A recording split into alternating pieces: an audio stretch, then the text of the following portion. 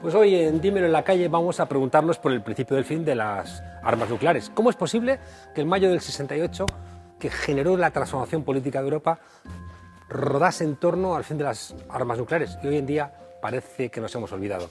¿Cómo estáis? ¿Qué tal, amigo? Encantado de estar con vosotros. ¿Qué tal? Bueno, pues vamos a hablar del asunto. Vamos a hablar de las guerras nucleares que parece que han desaparecido. ¿Y cómo es posible que fuera tan relevante en los años 60 y 70 toda la lucha, ¿no?, contra las armas nucleares y contra todo lo nuclear en conjunto, y hoy parece que se ha disipado? Todo eso te lo vamos a explicar ahora en cuanto nos vayamos a tomar un café, ¿no? Bien, para ponernos más nerviosos. Venga. Pues ya estamos aquí con el café.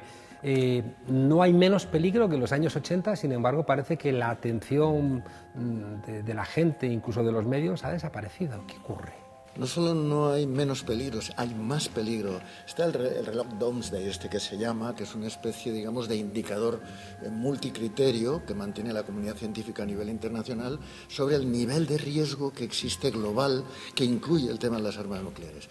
Y en estos momentos ese reloj se sitúa en un nivel de riesgo similar a la crisis de los misiles en Cuba, en donde todo el mundo temía inminentemente un cruce de ataques nucleares, ¿no?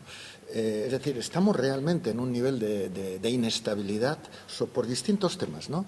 Que pueden desembocar, entre otras cosas, en el uso de armas nucleares. ¿Por qué en su momento tuvimos esa eclosión, esa explosión del movimiento pacifista en Europa y en particular en España? Bueno, estábamos en un momento también muy fuerte de la Guerra Fría, se instalaban los euromisiles, con lo cual era motivo de titular de primera página y en los telediarios también, en que si los rusos se organizaban, que si los americanos sean los euromisiles, y teníamos bases americanas en España. Yo en Zaragoza tenía una base y cuando decíamos estamos siendo apuntados por 20, 30 misiles nucleares, era creíble y era una alarma ciudadana que motivaba la movilización. Tengo la sensación de que esto es como cuando te hacen 6 simulacros de fusilamiento y al final te da lo mismo absolutamente todo, ¿no? Porque sí es verdad que después de la Segunda Guerra Mundial los países que tenían armas nucleares constituyeron, ¿no?, el Consejo de Seguridad con capacidad de veto.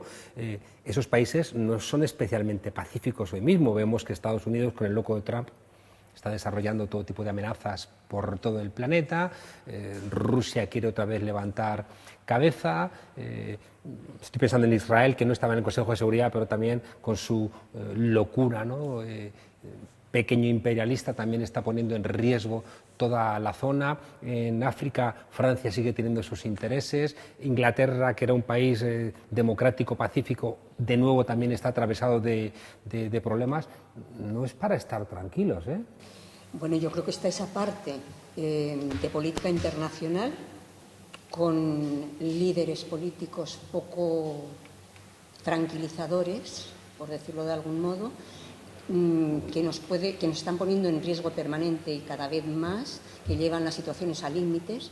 Pero también está el que puede haber errores informáticos, puede haber un hackeo, puede dejar de funcionar. De hecho, hay armamento de este tipo obsoleto, pero que está en funcionamiento, que está en funcionamiento y que es viejo. Es decir, puede haber varias causas, no solamente los líderes, que también, es decir, no está ayudando nada, ¿no? El 7 de julio de 2017, 122 países firmaron el Tratado de Prohibición de las Armas Nucleares. Sin embargo, no entra en vigor. ¿Qué demonios ocurre? Para que entre en vigor un tratado en la ONU tiene que alcanzar 50 ratificaciones. Entonces ahora, desde hace tiempo, se está en un proceso de ratificación. Creo que ya estamos en 26 países. O sea, es más fácil firmar que luego ratificar. Claro, que luego ratificar, efectivamente. No, incluso hay 3 niveles. O sea, primero se adopta, fueron 122 países, luego se firma y luego se ratifica. Entonces, 122 países adoptan en la Asamblea General de Naciones Unidas. España ni se presenta a la Asamblea, ¿no?, bajo una recomendación orden de la OTAN, ¿no? Y luego va el proceso de firmas y ratificaciones, en muchos casos por los parlamentos, etcétera. Entonces vamos avanzando y se va a llegar a los 50, pero en efecto... En este momento, en estos días, perdón, es que en esta semana van a ratificar 9 más, claro, más 27, entonces, 36. Ahí llegamos a uno de los puntos centrales del documental, y es que en España y en muchos países, en todos los países de la OTAN, no han firmado, no han apoyado esta prohibición. Pues no tiene mucho sentido porque armas nucleares no tienen todos los países y uno podría pensar que los países que no tienen armas nucleares debieran firmar contra esas armas que lo que hacen es amenazar a todo el mundo. Nos amenazan y nos dan más bien poca seguridad. Y por otra parte, creo que el común de los mortales aquí, nunca mejor dicho, estamos en contra de las armas nucleares. Entonces, los políticos y el gobierno en particular se tendría que hacer reflejo de este sentir, ¿no? España es uno de los países que todavía no ha firmado. Ni participó siquiera en la elaboración del tratado. Por ejemplo, Holanda fue obligada por su Parlamento a participar, aunque el gobierno holandés dentro de la OTAN estaba por el no y votó no, pero por lo menos participó en el proceso, asistió a la Asamblea General y votó. Y ahí el bipartidismo funciona, ni el PP ni el PSOE están por la labor. Desde luego, en la práctica sí. Sin embargo, hay que decir que hubo un momento que nos llenó de esperanza y de manera, casi nos frotábamos los ojos de incredulidad, cuando después de la moción de censura, entre los acuerdos formales que se firmaron entre Pedro Sánchez y Pablo Iglesias, figuraba, para sorpresa de todos, el firmar y ratificar el tratado.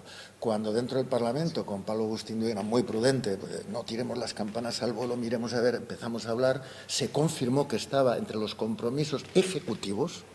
Y sin embargo empezó a haber dudas, emitieron un informe interno en el Ministerio de Exteriores diciendo que era imposible porque había obligaciones contractuales del Gobierno que impedían firmarlo. Hubo un informe del ICANN que fue compartido por buena parte de los técnicos y de los expertos del Ministerio que demostraba que no había obligaciones contractuales, que era un problema simplemente de voluntad política. Sin embargo, al final el Gobierno dijo que no podía ser. Tenemos un país similar a España, Nueva Zelanda, que está en una alianza similar a la OTAN y que firmó un tratado firmó ese territorio libre de armas nucleares y está en esta dinámica del tratado. Y lo único que impone a esos países es que no solo no tengan ellos armas nucleares, sino que no dejen transitar armas nucleares por su... Claro. Tengo la sensación de que España al respecto tiene poca soberanía porque tenemos bases militares donde no preguntamos ni qué hay dentro, ni qué transportan los aviones, ni qué hacen los Estados Unidos regidos por Donald Trump. Lo cierto es que no sabemos qué está pasando, por ejemplo, por la base de Rota, ¿no? No sabemos, en realidad, porque nadie les pregunta, como dices tú, qué es lo que llevan, por ejemplo, aviones norteamericanos, por ejemplo, o submarinos, ¿no? Realmente, en este país no se ha explicado que este tratado se ha firmado, que España no ha firmado, como decían ellos, el tratado, pero ni tampoco se dan explicaciones del peligro en el que estamos. La frase del documental es una frase de Setsuko Turlov, ¿no? Una superviviente, Ibakusa, les llaman ellos, y nos dio un testimonio que la verdad es que nos conmocionó. La fuimos a grabar, ahora vive en Toronto y es tal vez la persona que más espíritu le inyecta al documental y en buena parte el testimonio de los supervivientes fueron los que ayudaron a dar un giro a la perspectiva con que se trataban las armas nucleares en la ONU y al espíritu de todo este tratado de prohibición, que es la perspectiva humanitaria, no la de seguridad, de equilibrio, de destrucción mutua asegurada y todos esos criterios que se utilizaban anteriormente, sino que el punto de partida del Tratado de Prohibición es el enfoque humanitario y esto ayudaba. Respecto a la frase, disculpa, esa frase a mí me conmociona y cuando tú lo has dicho, de pronto he conectado con esa conmoción que me produce cuando veo el documental, ¿no?